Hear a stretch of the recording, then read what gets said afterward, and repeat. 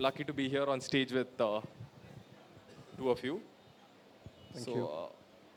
Yeah, the session is about the future of Indian cinemas post OTT. So before that, let's just touch upon your work. So, what are you guys up to? And what's your current project? So I currently finished a feature film called Little Thomas. It had premiered last year in Melbourne, then played in a festival in Toronto. It's a film that I wrote and directed. And I made short films before, and this is going to be my first feature film. Also, Luminoso Pictures is one of the companies, one of the production companies in the film. So currently we are getting that out, working on the release of that film, and I have my next script already, very late stage of development. So as soon as that is done, it's something that will go into production. So yes. Yeah. Yeah. Sidharth? Uh, we produce, series and films for platforms, and we also because I also run a story company. So we've got a lot of projects that we just help put together. So that keeps happening. But personally, for me, I produced a show for Netflix last year. So we are producing more series for them and the other platforms. So that's this year we have a few series that'll come on the OTT platforms. And what has been your approach while making movies? Like, what would you consider as an ideal indie movie for you guys? Yeah, I'm not a writer director, I'm a producer, right? So for me, it's always important to find a story that strikes a balance between what the writer director really want to tell and can tell, in their own way. Because it's very important to find filmmakers who want to have the craft, passion, and also, the ability to tell that story on screen. Because as audiences, we feel it's easy to just take a camera and shoot, but filmmaking is a craft, as you know, Kaushal will tell you more about it. So as a producer, I think it's about finding the right people first, because if you have the right people, then you can find the right story that can work in that combination. And I think the biggest challenge is to please and get confidence from the financiers or the studios or the distribution platforms and companies, because they have a very different view of what they think the consumers want. As storytellers want to tell certain kind of stories. So as a producer, for me, the ideal project is when everybody on the same table has the same opinion. That this is a story to tell, he is the right person for the story, and this will work for the audience, and here take the money. So for me, it's about finding that balance. And everyone agreeing never happens, right? And I think you as a producer have to sort of bridge between the financiers and the artists, Yeah. because they are often at loggerheads. And, and the process is such that the audience doesn't care about it. They just want to buy a ticket if they find it's compelling. So the behind the scenes is actually very tragic and exciting at the same time. Every uh, for every film that is made, the making of the film is another film, and that's probably more interesting. Always. There's this series on the making of The Godfather. I don't know if you have watched it. I It's love called- that series. Yeah, it's called The Offer, right? And it's about how Godfather was put together. And Norman really, while making probably what is the most landmark film in the history of cinema, no one really agreed and no one really knew what they were making, maybe except the director, but no one really knew what they are going to end up with, and everyone had their own opinions. No one was agreeing with anyone. So, yeah. So your question was, what is the ideal indie film? Yeah, for you. But do you mean like an indie film, independent film, or yeah? Independent. Well, an ideal independent film, I would say, I personally don't like this terms independent or commercial. But also, if we talk of independent films, I would say films that are financed independently, let's say, out of the studio system. So I would say indie films have this advantage of not having to adhere to a studio's diktat of what the film should be. So they can concentrate, and Little Thomas, in a way, was that film, was that kind of a film where we could go ahead and make what we believed in, and then later on started meeting with studios, etc., to find a release for it. So we have that advantage of concentrating on the story. We are not bound by any formulas or the pointers that sometimes some studios or corporates will have in making the film. So the next thing, like since we touched upon the way you want to create a movie, I also want to understand the way you think about the industry. So like, what is your views about the last 10, 15 years of the indie movie industry? Like, how has it been, and where is it going? I think we have lived the last 100 years of change in the last 2, 3 years. Things have changed a lot actually in the last few years, and we are still trying to. Everyone is trying to get their heads around it because no one really knows what is happening, what is working, what are the kind of stories that the audience has a preference for. So especially after COVID, we have had this 2, 3 years where we are in a state of flux where the audience's taste is changing, but no one has sort of put a finger to it and is able to say that this is the taste of the audience. And maybe it's going to be like this because I think in COVID we got exposed to different kind of cinemas and everyone understood that they can have access to the kind of cinema that they want. So now we are going to have as many films as there are people, and which is not a bad thing, you know. So I would say the last few years especially have sort of opened the doors for stories, but at the same time there's a lot of risk attached to doing something new, which is going to be there, I suppose. Just adding to all the things that he said, but just for context, I mean, we'll talk more about what's happening in the Hindi film industry. I mean, the regional industries are doing really well actually. Especially, I think, in the south, they're all thriving. And unfortunately, and we deserve actually what's happening back in Bombay in the Hindi film industry. Also, I think a lot of factors have come together at the same point. I think what happened with COVID is that we, I think, as audiences, as people, we started looking at entertainment in a different way, right? So it's not about a film. It's just about how do we entertain ourselves. So we found our own ways of entertaining ourselves when we were locked up in our own houses. And we got used to certain kinds of entertainment. And we continued some of those when the lockdowns were over. Some we didn't. And what happened in that process of entertaining ourselves differently during lockdown is that I think we started consuming all other things that we never used to consume. So for example, if you see video on social media, whether they're reels, whether they're podcasts, interviews on YouTube, there is a lot of consumption of alternate content that we started consuming, right? Also what happened was that we realized that with fast internet at a low cost, devices getting cheaper, and a lot of global content being dubbed or subtitled in our languages that we prefer started happening. So like for example in Bombay, a lot of my friends who had never sampled content from the South started sampling films from the South. They started liking them. They started recognizing the actors.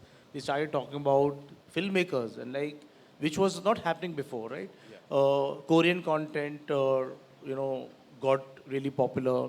Earlier, Pakistani TV shows were very popular. So what has happened is that a large plethora of content has opened up for audiences. So the choices are many. Those choices, which I call, also influence the worldview of the audience. So the audience not only sampled a lot of other things during COVID lockdowns, but they also sampled a lot of different kinds of stories. Now, once an audience has seen stories across so many formats and languages and cultures, it's not difficult for me to go back to them with the same old cliched Bollywood story and expect them to be excited about it.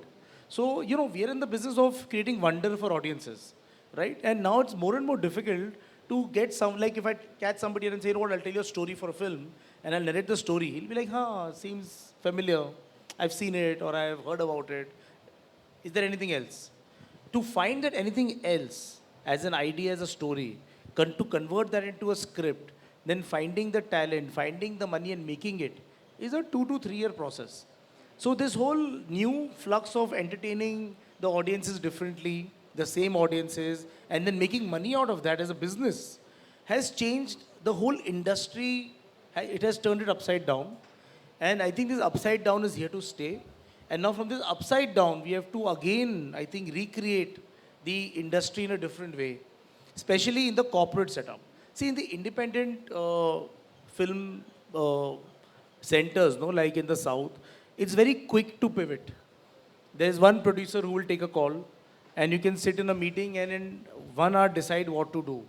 In the corporate system back in Bombay, whether it's a platform for a series or a film studio or a big TV network, it is months and then years of executing anything.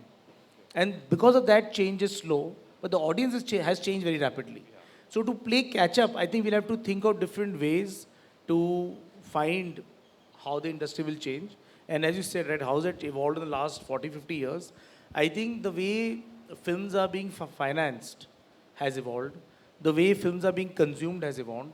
And the way we are making the films has evolved. So all of that evolution has happened so much, I think of 20 years of evolution in the last 5 years, that we are all processing and figuring how to make sense of it and then how to survive and pay our bills, correct? And would you say, like, this is what is seen in social media? So I'm just dropping this question. You like earlier you've seen longer videos work, and over time, post-COVID and last few years, you've seen shorter content work. Is that something similar that you're seeing in the movie industry as well? People preferring smaller or No, I don't think so. I think that's a very amateur way of looking at content from length. It is like this, right? It is what is your expectation from different pieces of content. When I'm just sitting waiting for an Uber to come or an auto rickshaw to come and I'm opening my phone and on social media, I'm expecting 10, 20, 30, 40 seconds of content. I don't want to see a 2 hour film in that. If I'm in the mood after dinner to watch a film on a, say, a large TV or go to a cinema, then I want something really engaging.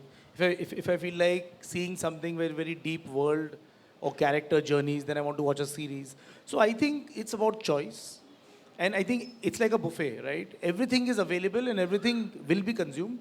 The question is, are you able to create something which will deliver to the expectation of the audience in that format, in that moment, on that device? So it is very, very, very, very depend on understanding consumer insight and then making a story for them. I agree with what you said, Siddharth, but to also add something in opposition to it, or in contrast to it, is the fact that we choose, of course, what kind of films, reels, etc. And there's a time and place for everything. But at the same time, the attention span is being affected. So stories somehow will have to, in the future, and I don't know how, stories somehow will have to deal with, or they will evolve as people evolve, as attention spans evolve. Probably as a society will learn to better use our phones, and they'll probably not affect us so much. That could also happen. And our stories could then change that way for the better, or maybe we'll have to also quicken up the pace of the telling. I don't really know. It's something that's really open for everyone to think about. I'm sure everyone here in the audience will also have thoughts on it. So I'd like to also add to this. While I think, of course, we all completely agree, attention spans have become shorter. We are also distracted because of all the constant notifications that we get. And I think also as people, it's kind of, we become very, very, everything needs to happen now, right? But given that, no, I'll point out a few things which since storytelling has the power to grab attention, right? So it's really the storytelling. Now, whether you like it or not, if you look at, I think, the new Pushpa that came in was a long film. Animal that came last year was a long film, right? If you look at Netflix, they have had the highest consumption of content historically ever on streaming in the last quarter, October, November, December. The results came, they had the highest growth in consumers. They have 300 million subscribers now globally, right? Who are watching, binging shows for 8 hours, right? Their binge has been at the highest peak at this point, which is proof that while attention spans are going down, we have to work harder to keep them engaged, right? And as creators, as storytellers, the kind of stories we pick, the kind of people we collaborate with, and the techniques we use. Now that's up to us, right? And that's creativity. Is how do we work around that? But the problem is real, attention span. And the solution, some people are finding, so they are successful. So I think we have to think, being aware of this. Like, for example, when we go for studio meetings and we are pitching stories and episodes, everybody today wants short episodes, 30-minute episodes, right? Yeah. And the hook of the opening scene has to be very strong. Your last scene has to be very strong. Then your midpoint has to be very strong. Then the 2 scenes between the opening and the midpoint have to be very strong. So now it's each page, each second, each minute, you are afraid that the consumer will exercise their option of leaving the show and watching something else. Yeah. Like the biggest problem that streamers are facing today, that I hear every day, is that audiences start shows but they don't finish them. Like, if it's an 8-part show, 6-part show, they'll start something and finish. Because attention, and then the engagement technique is still old style. So you have to find now ways to really make sure that the attention remains. Yes. And then comes the inception of OTT. So far we spoke more about the theatrical side of things. So since the inception of OTT and streaming mainly, how has this particular digital space affected your approach and your process of making a movie? Because you said earlier, like, it takes 2 to 3 years, and digital space is something that tends to move fast. So personally for me, it has not really affected so much because I am working on one film at a time. I'm not someone who really multitasks with scripts. So I'm always concentrated on one project. And you want to do the best possible for that project. And you really at that point are not really looking at the outside. And perhaps Sidharth, you can give that perspective of a producer, how a producer is thinking, but I'm mainly a writer and director. So I'm actually grappling with creative challenges. And those in themselves are quite a handful. So it takes about at least a year to have a script which you think is good enough to start to take to the market. And then, of course, there will be more writing and the script will evolve, but it takes a lot of time if it's something that is based on a lot of research. It takes a lot of time to research. It takes a lot of time to write to make it engaging for the audience. So you really are not thinking of the things outside. What you are thinking of is, what I have on the page, is it moving me? You are not even thinking of anyone else at that point of time. Later on you start taking feedback, etc., from your creative teams. But at that point of time, you are just with the page alone, trying to think, is this moving me? Because at least there'll be one person in the world who will want to know this story. So it has to work for me. And that is what generally I'm concentrated on. Doesn't affect so much in terms of where it's going to be released, etc. Yeah. So is your question more about how has OTT affected what we do as an industry? Yeah. See, OTT has been a game changer in so many ways. Because what it has done, it has made choices infinite. So in theory, I can have an unlimited hard disk, right, of shows and films and in any language and any subtitle in any culture at my fingertip. So choice has become insane.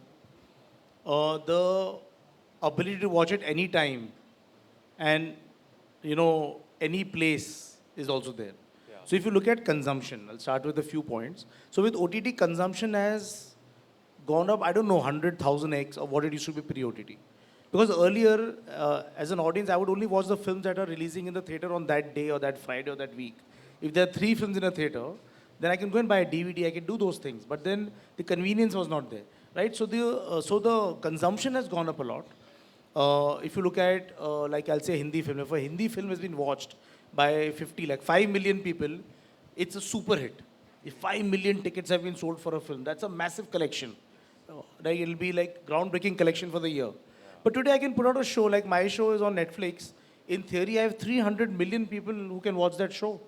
So the comparison of numbers it's out of whack, right? So what OTT has done is that it has opened up, like I still get viewers from far away countries who watch my show on Netflix write to me on social media, which would have not happened in the traditional world usually. So OTT has helped bridge the geographical issues, language issues. I watch sometimes a German show with English subtitle. It's easy to switch titles and dubbing. South films are being watched across, right? So all that has really changed. And what it has done is it also made it now a big crowd.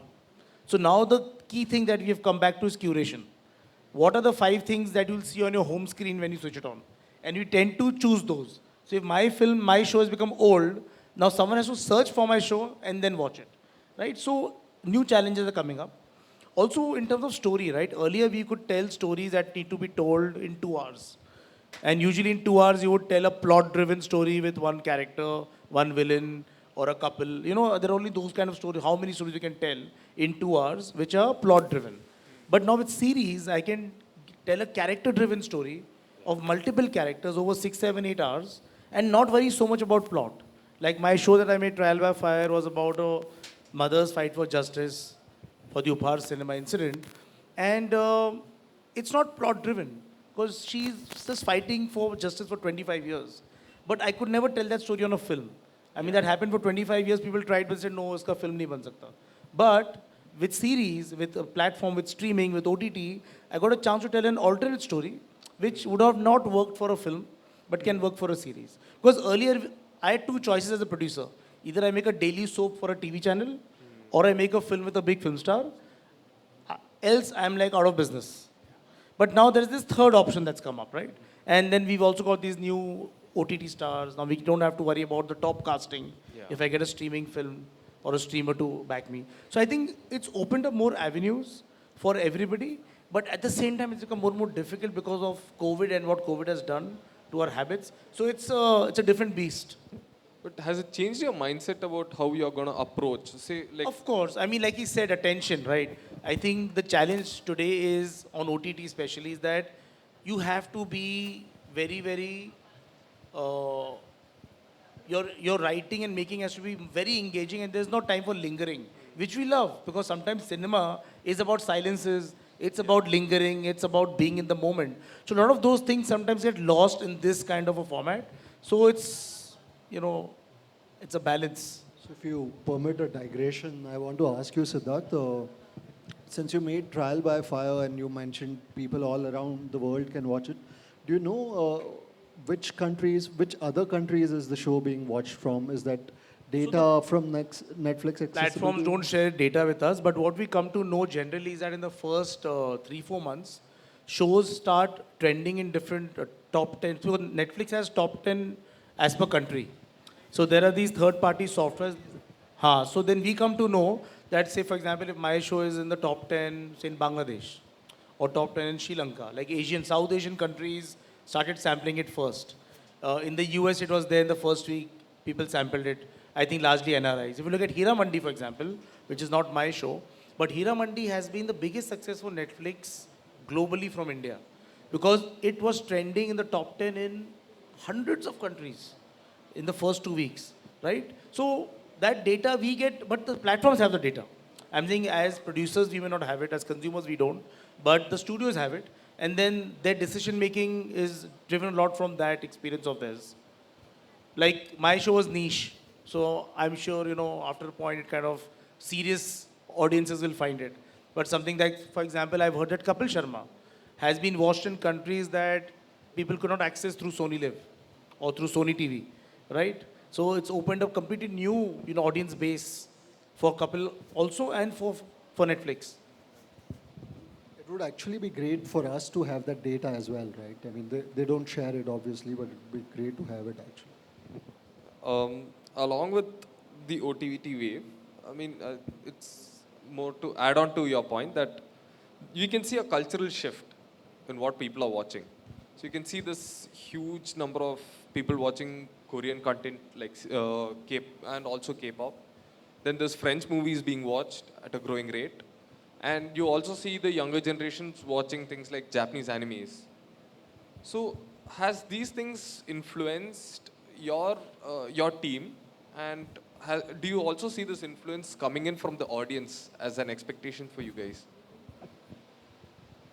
So I went to a film school, one of the biggest in India. So we were already exposed to a lot of world cinema.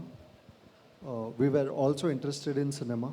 We were there obviously to learn cinema, so we were actually looking at it critically and with the lens of a student. So we were obviously learning from them, and people have for a lot of times. So it's that influence is already there. I mean, if you ask some of our biggest filmmakers, even a lot of filmmakers who make commercial cinema, and you ask them their influences, they will be uh, legendary directors, maybe not from India, Akira Kurosawa, maybe Kieslowski. Uh, so that has always been there.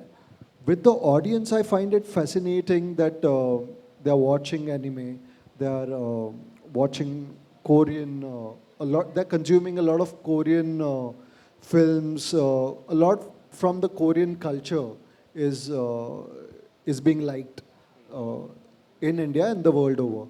And I think it's only a good thing because cultures will grow when they open up. So I feel stories also will transform when people have access to different things, where people are watching stories from different cultures. And the great thing I feel about India is that we have a very unique storytelling culture.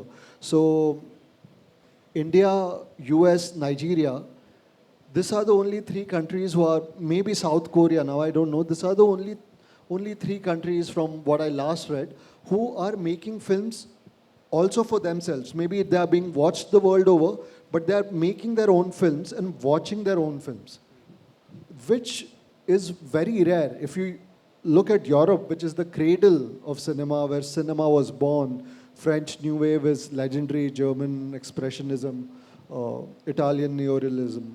All this, all this we study in history, but right now they are consuming Hollywood films. Whereas we have this strength, we come from a position where our storytelling culture is very unique, our audiences are very unique. So for us, I think it's great that different cultures come in because ours is not going to go anywhere. And we can only be enriched by everything else that is coming, that people are watching, which will also evolve their tastes. Siddharth? Uh, like he said, right, I think a simpler way to understand these influences are that earlier only as creators we were influenced, but now because of internet, the audience also gets influenced. And but still, like you said, right, I think our audiences still love local content the most. So even though there is a section of the audience that will consume foreign content, local content is very strong. And I think Hollywood, India, Nigeria are probably the only three countries where we have our own industries without any government support and subsidy. If you look at like around the world, all these industries are supported by the government. They get subsidy, they get grants. We get nothing. We are all entrepreneurs. We are all, private capital, and that's why the industry has found its own way to survive all these decades. If you see in Europe and UK, those industries are shut. They can't survive without government money, right? So I think we have a very strong local audience. Our consumption is very high. We have to only find because the local audience is very diverse. The only thing that unites the full country on streaming to watch together is a cricket match.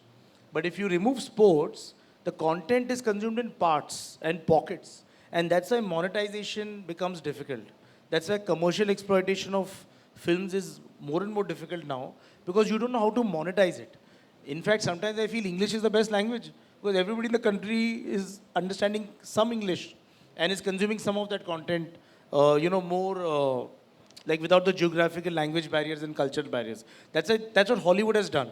Like Hollywood has, their content cuts across the world.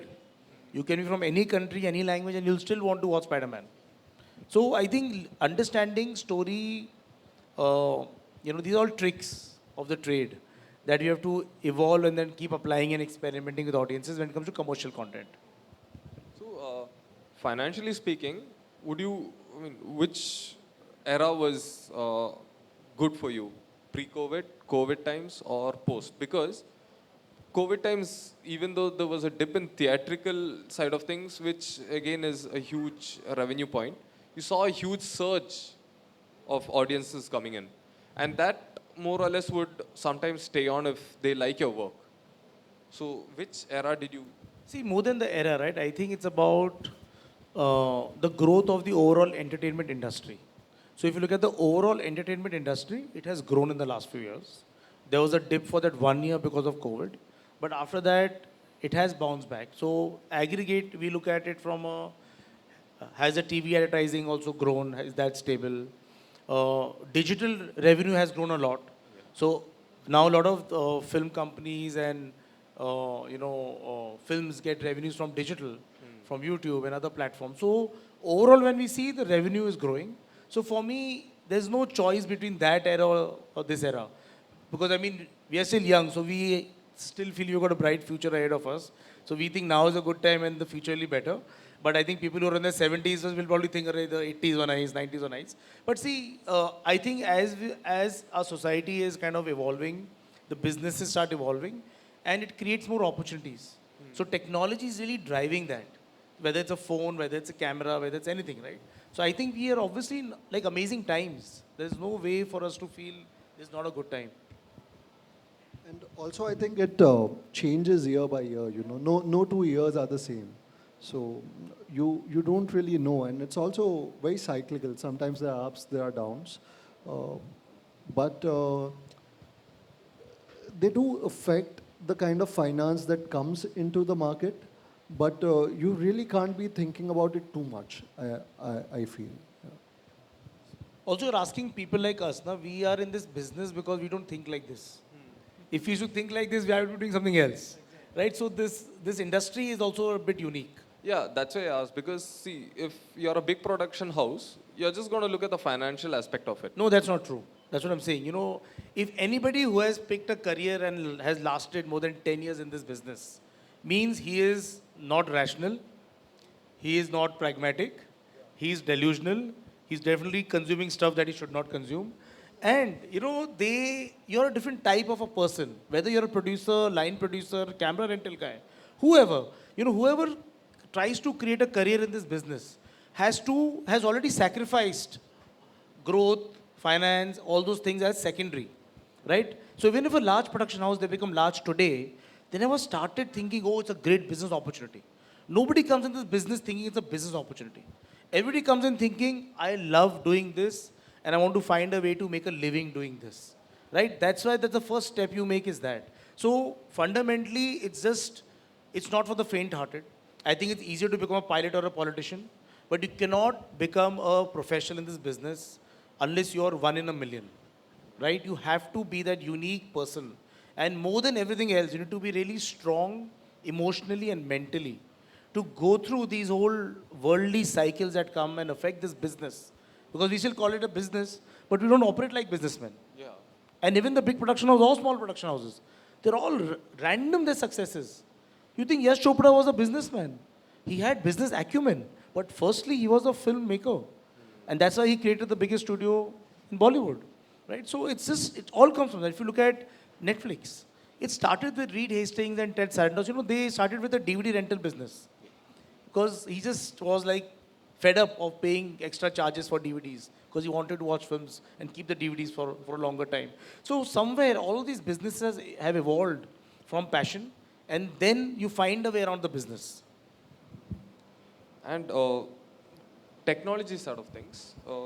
So you've seen things like generative content coming in, data-driven approaches. Most importantly, a much faster production cycle in the editing side of things. And you both of you mentioned that it takes a couple of years for you to finally come with the end product. So with the editing side of things changing so fast, does that put pressure onto the ideation side of things, or are you expected to move faster? Because you said it's a 2-3 year process. I mean, in 2-3 years is not a lot actually when it comes to making films. So 2 years is a good, yeah, 2 years you are super quick. You are Michael Schumacher. If you make it in 2 years, you have it made. So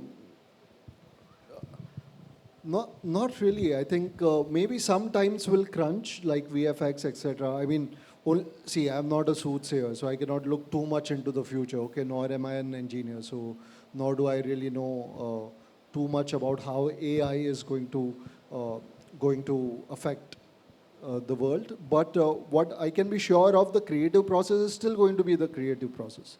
It's still going to take so much time only to make the script. And like you said, we all suffer from megalomania.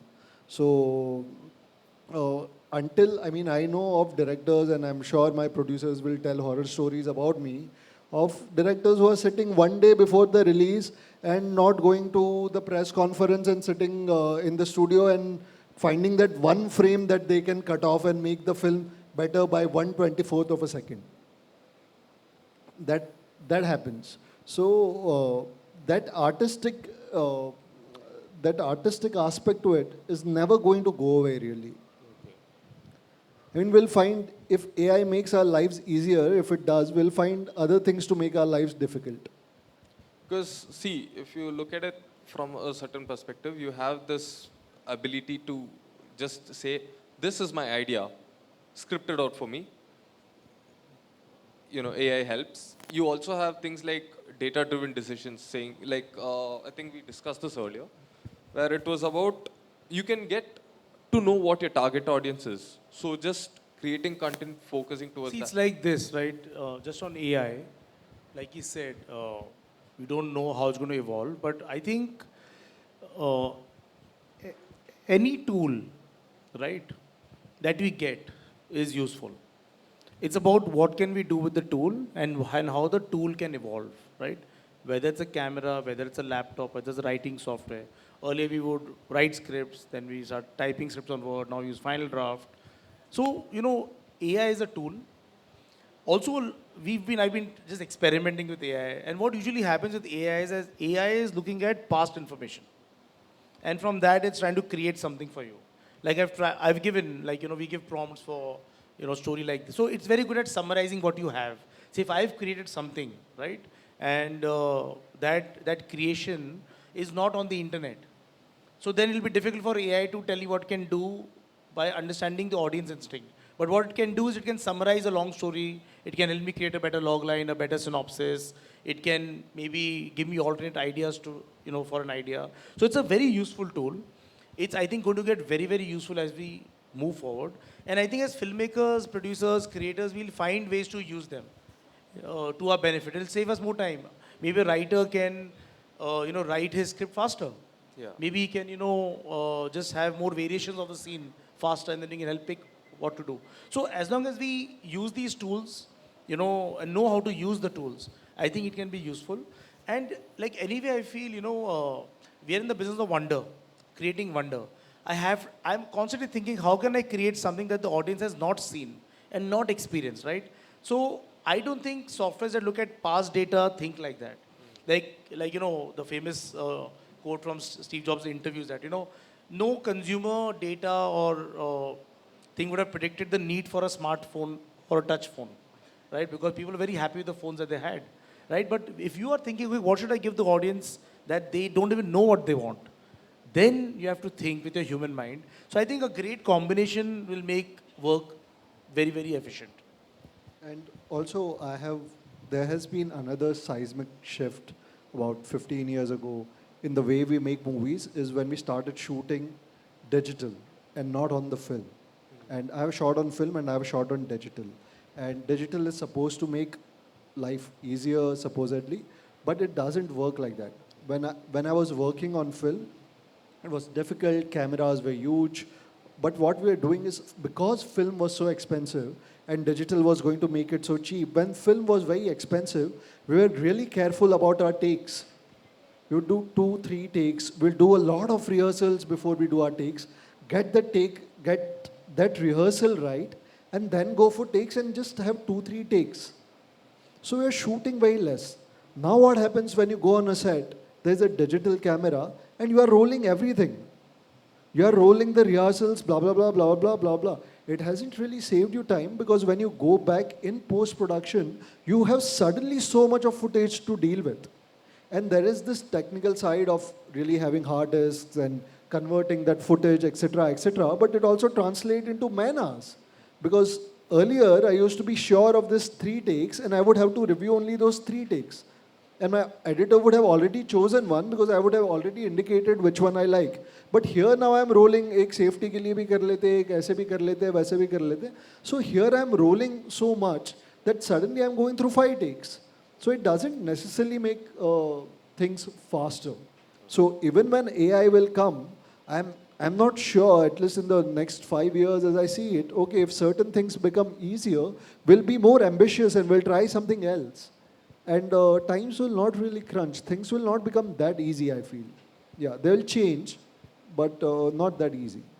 And since we are on the topic of Just 1 second. So I feel that that idea where you can like click a button and say, I want to make this movie, and the AI gives you a script and tells you how to go about making it and releasing it, blah, blah, blah, and that film being out and being liked, we are a little bit away from that, I feel. yeah, so since we are on the topic of OTT, I was wondering what's your view about the YouTube space, because that works quite differently from the others. So I love YouTube because I consume maximum content personally on YouTube. I think it's the most democratic way for anyone who feels they have a story to tell or any skill that they have. Just put it on YouTube with a phone camera, find your own technique and craft and upload it. So I think it's the best thing that's happened to anything, whether it's fiction, non-fiction, anything, right? Also, the growth of YouTube is great, and in India, because we love free content, I think it's the best way to showcase what you can do. So I think for the young generation, for the young people who want to get into any career, whether it's filmmaking or not filmmaking, but I think YouTube and social media are the most powerful platforms that you already have at your disposal, where there's no gatekeeper. No one is telling you what to do, what not to do. Just do it and show it, right? So I'm a big fan, and I feel it's really going to get stronger and stronger as we move forward in the next few years, especially in countries like India. I also am a big fan. I made this film called The Miniaturist of Junagadh. It's a 30-minute film. It released a couple of years ago on YouTube. And we had a choice when we were releasing it to release it on an OTT or to release on a YouTube. And finally, we went for YouTube because we thought more people will be able to watch it.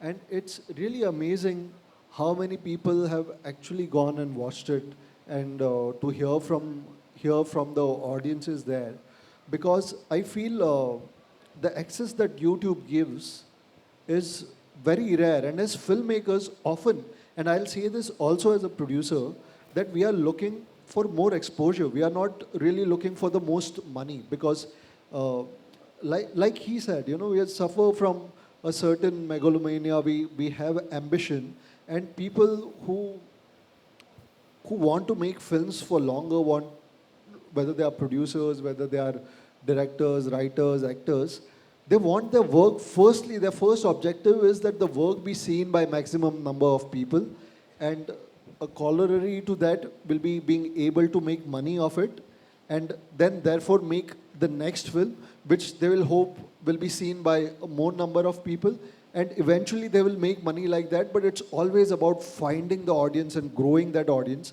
and on YouTube you can really do that. Yeah. Last question. Also, it's one of those streamers that is not really suffering from any financial crunch right now, because what is happening with a lot of streaming platforms is they are all, even in the US, they are all right now consolidating, because the growths that they had projected have not really materialized.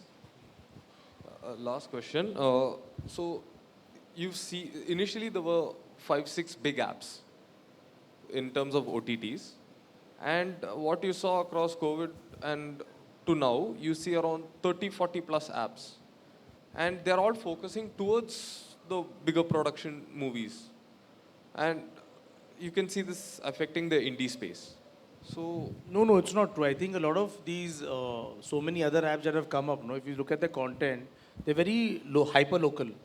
So for example, there are some apps they make content in Haryanvi, some apps will make in Bhojpuri, some will make in Telugu. So I think like, Hoi Choi makes in Bengali. So they are focusing on hyper local, low cost, very, very, the content that a big streamer will not make. See, because the big streamers focus on the large budget, big productions, right? And the other local apps are focusing on a little more premium than YouTube, somewhere in between YouTube and a large streamer. I think that's the space that they're filling, which is interesting. I think the challenge for them is to monetize now. I think some of them are getting large subscriptions consistently, some don't. So the challenge of the business remains, but I think creatively what they're trying to do is that fill that in between spot. And whether it's a film, whether it's a, and I think a lot of them try to do some adult content that got shut down by the government. So I think those challenges keep coming up, the kind of content, the scale of content, the language of content. But I think the space still exists because not everybody is only watching the 4 big streamers because they don't find enough content for them all the time. Also, I feel streaming has mostly been good only for indie films because a lot of films find platform there. They may not get as many eyeballs as something that is more popular, commercial on streaming platforms get, but they still get a platform and they can find their audience. So it's good. It's more democratic, I feel. Opening up to the audience, anybody have any questions? This is to address to Sidharth Jain. In the yesteryears, years, it was Hollywood which determined the global cinema template or format, content. Do you think that nowadays it is the OTT and the ADD, attention deficit disorder, determining the trajectory of the forthcoming age of cinema? That's my question. Yes, absolutely. If you see in the last 2-3 years, no, Hollywood films that used to do so well earlier have not done so well. You know, all the franchises have become, there's superhero films, there are other usual films have not been doing that well. So they are also suffering from this issue. You also mentioned about the monetization. It is trickier now. Is it because of the localized content, niche content? Is it because of that? I don't think it is because of the localized content. I think what happens is that there is, fatigue. When you keep doing the same old thing again and again, I will eat it because I don't have a choice. Like, when I didn't have a Swiggy, and if I get the same dal roti at home every day, I'll eat it because I don't have a choice. But, now if there's dal roti and I have a choice to order, dosa in 10 minutes, then I'll probably exercise that option. I think Hollywood also had taken their audiences for granted. And that's why if you see, I'm just saying, if you look at Hollywood films, in the last 10-15 years, they've not made like amazing films. But the television became really good. If you look at HBO and Showtime and the other channels that were there in Hollywood, they really became the place for great content. All the best shows, the best filmmakers would make their best content on TV networks like HBO. But people are still going to the cinema because streaming hadn't picked up. But the moment streaming picked up and Netflix became what it became, it affected the Hollywood studios and it affected the way they were making their films, the way they were writing their films, the way they were choosing the stories to tell. And I think it's all kind of going through a little bit of reboot. Even though movie film platforms like Mubi exist, you can't deny the fact that after the OTT boom, Indian cinema has given a cold shoulder towards parallel cinema. When you look outside India, there are filmmakers like Yorgos Lanthimos, Luca Guadagnino, Harmony Korine, who are pushing the boundaries of what artistic cinema could be, and they are getting funded for it. And when you look into India, again, filmmakers like Payal Kapadia, I'm not saying she has trouble finding producers in India, but her film, All We Imagine Right, was produced by companies outside of India. And let's be realistic, a project like All We Imagine Right wouldn't be funded by an indie producer. So what are your thoughts on this? Like, marketable movies only being produced, like... I'll just say something and then, Kaushal can answer this because he is dealing with this every day. But largely I feel, it's unfair to compare, I would say non-mainstream films that get made outside India and Europe and those countries because there they have a lot of government support of grants and subsidies. And they look at, filmmaking there as more as art and less as entertainment and commerce. In India, because we don't have any kind of great subsidy and grant system or tax money available, for artistic filmmaking, so artistic filmmakers have to struggle to get money to make a film. And then when they somehow manage to make a film, they have to struggle to sell it to audiences in this country who are not interested in artistic films. You tell me, I think Payal Kapadia's film released in the theaters, right, last year, December. nobody went to the theaters. Everybody was congratulating her on Instagram. And I realized she's not even there on Instagram. It's a fake account. But the point is, you know, as a country, I think as an audience, we are not that interested in art. So we've neglected our art since hundreds and thousands of years. We don't endorse it and embrace it like I think people in the West do. So it's a mix of audience interest and I think, you know, resources available, both. Look, firstly, I think I mean, not that you did, but to put commercial cinema in opposition to independent cinema is not right. Commercial cinema is great. When Shah Rukh Khan does a Pathan and does a Jawan, and the industry does well, there is more money in the industry. So therefore, there will be that much more money for that independent film, which was first not getting funded, to be funded because Shah Rukh Khan can only do so many films, and there are only so many Khans. So where will all the money that has come in the industry go? It will go to that young person who wants to make a film. Why? Because a commercial film worked. So you cannot separate commerce from cinema. And I think that's what I was trying to say also. It's great that we have our own storytelling culture, but it's great that we have, like he said, entrepreneurs making films. That we don't necessarily rely, and it's great if we can have an NFDC like the 70s. That's great, but I personally feel that that will be a bonus for independent filmmakers. What really can work is when money for independent Indian cinema can come from India, and that can only come when commercially we are robust, our films are successful, and therefore the production companies are also open to making different kind of films. But you know, there is hope. I just want to highlight a fact that's happened in our country in the last 2-3 years, is that a lot of states have started giving state subsidies for shooting films in that state. And obviously, there's a process and a system what stories they'll tell. But whether I think it's Uttarakhand, Madhya Pradesh, Kashmir, Gujarat, a lot of these states are supporting films that can be made there in certain budgets.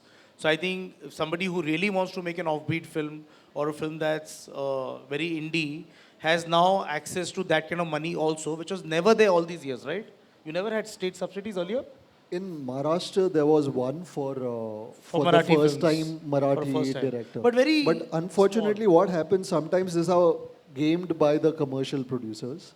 So that subsidy never really comes to independent films. They are being usurped also a lot of times by. But I by believe now commercial they're very, very aggressively Yeah. trying to find projects to give these subsidies to, irrespective of so many other factors. So that is something to look at.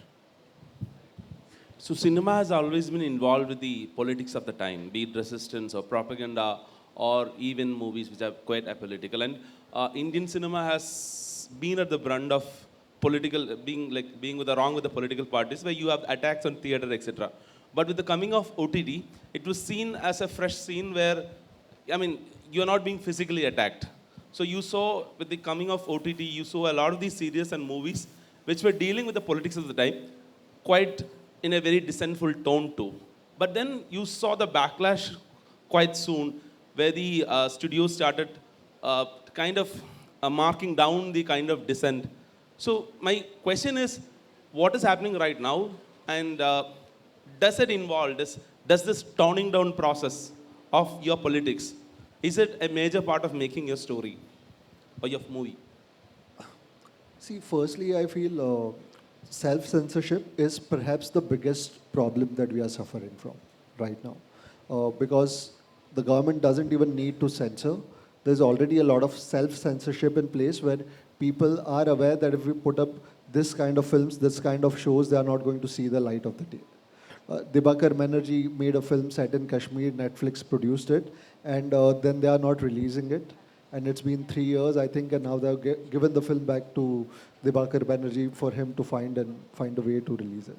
So self-censorship is a very big problem. But I suppose this is, it's comes from outside the society, because film industry is a very small part of the society, and they are all finally rational economic players. So they will only try and make things that at least stand a chance to make money or see the light of the day.